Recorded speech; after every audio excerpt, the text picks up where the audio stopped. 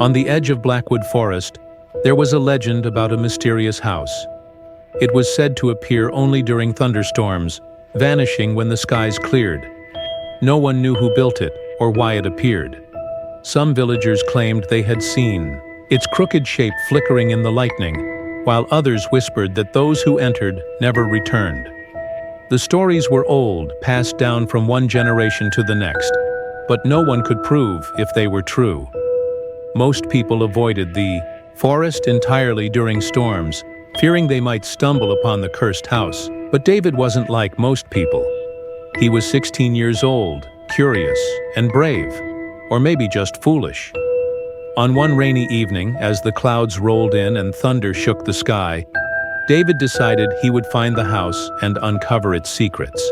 With nothing but a flashlight and his raincoat, he set off into the dark woods, unaware of the terror waiting for him. The rain fell hard as David walked through the muddy path leading to the forest. Each step squelched beneath his boots, but he pressed on, his flashlight cutting through the thick mist. Thunder roared above him, shaking the ground, and lightning flashed, revealing strange shadows among the twisted trees. The deeper he went, the colder the air became. He tried to shake off the chill creeping up his spine, telling himself it was just the storm. But a strange feeling settled in his chest, like he was being watched. Just as he was about to turn back, a bolt of lightning lit up the sky, and there it was, the house. It stood tall and broken, with jagged edges and shattered windows. Its wooden frame was blackened, as if burned long ago. The front door hung slightly open, as if inviting him inside. David hesitated, his heart pounding in his chest. Every instinct told him to run, but something about the house pulled him closer. Against his better judgment, he stepped toward it. David climbed the creaking steps to the porch, his fingers trembling as he reached for the door. The wood felt ice cold under his touch. He pushed it open, and it groaned like a wounded creature. Inside, the air was heavy and damp, thick with the scent of mold and something else. Something rotten. The faint glow of his flashlight revealed a long, dusty hallway. The walls were covered in faded wallpaper, torn and curling like decaying flesh. Furniture, draped in white sheets, stood like ghostly figures in the shadows. In the distance, a staircase spiraled upward into the dark, as if leading to another world. David took a step inside, and the door behind him creaked shut on its own. He spun around, but it was too late. The door was closed, and no matter how hard he pulled, it wouldn't budge. Trapped, he turned back toward the hallway, his heart thudding against his ribs. He knew there was no turning back now. Lightning flashed again, briefly illuminating the hall as David crept forward. Each step stirred the dust beneath his feet, sending tiny clouds swirling through the air. His flashlight flickered, struggling against the thick darkness. On the wall, he noticed an old clock. Its hands were frozen at midnight, yet the faint sound of ticking echoed through the hall. Something about the sound made his skin crawl. He passed a large, cracked mirror hanging crookedly on the wall. When he wiped away the grime, he froze. His reflection stared back, but something was wrong. The face in the mirror was pale, with hollow eyes that seemed to follow his every move. David stumbled backward, heart hammering, as the image in the mirror twisted into a ghastly smile. A chill raced down his spine as he tore his gaze away and hurried down the hall, desperate to leave the mirror and whatever was trapped inside it behind. A sudden noise from upstairs froze him in place.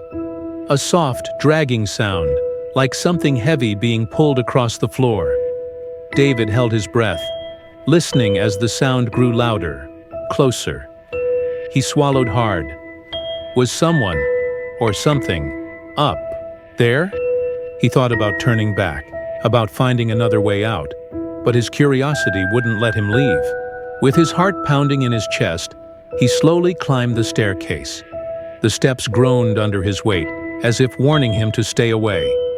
At the top, a long corridor stretched before him, lined with doors that seemed to sway in the flickering light. He hesitated, unsure which way to go. Then he noticed one door, slightly open, with a faint golden light glowing from within. The dragging sound had stopped, but an eerie silence hung in the air. Against his better judgment, David crept toward the glowing door and pushed it open. The room was a child's bedroom, frozen in time. Dust-covered toys lay scattered across the floor, and faded drawings hung crookedly on the walls. A rocking chair creaked softly, moving on its own. In the center of the bed, an old porcelain doll sat upright, its face cracked and worn. David stepped closer, his flashlight trembling in his grip. As he leaned in to examine the doll, its glass eyes shifted toward him. His blood turned cold. A cold whisper filled the air, chilling him to the bone. "You shouldn't be here," it said. The door behind him slammed shut with a violent bang. David spun around, panic rising in his throat. He lunged at the door, yanking on the handle, but it wouldn't open. The whispering grew louder, filling his ears with cruel laughter. He was trapped, and the doll's cold, lifeless stare burned into his back. Frantic, David searched the room for another way out. The window was nailed shut, and the walls seemed to close in around him. His pulse thundered in his ears as the whispers grew louder, a chorus of unseen voices mocking him. In a desperate move, he grabbed the doll and hurled it across the room. It hit the wall with a sickening crack, and the whispers stopped. The door creaked open, and without a second thought, David bolted into the hallway. His heart pounded as he stumbled back, down the staircase, desperate to escape. But the house had changed. The front door was nowhere to be found, and the hallways stretched endlessly in every direction. No matter how far he ran, the sound of footsteps followed him, slow and steady. Fear clawed at his chest as he realized the house wasn't letting him go. David's breath came in sharp gasps as he darted through the endless hallways. His flashlight flickered, barely cutting through the thick darkness. In the corner of his eye, he caught glimpses of movement, shadows that slithered across the walls. Each step felt heavier, as if the house itself was dragging him deeper inside. Suddenly, he saw something ahead, a pale figure standing at the end of the hall. It was a child, its face hollow and lifeless. The figure tilted its head, watching him with cold curiosity. Panic surged through David as he turned and ran the other way. But no matter where he turned, the child was always there, appearing just out of reach. The air grew colder, and the whispers returned, wrapping around him, like invisible chains.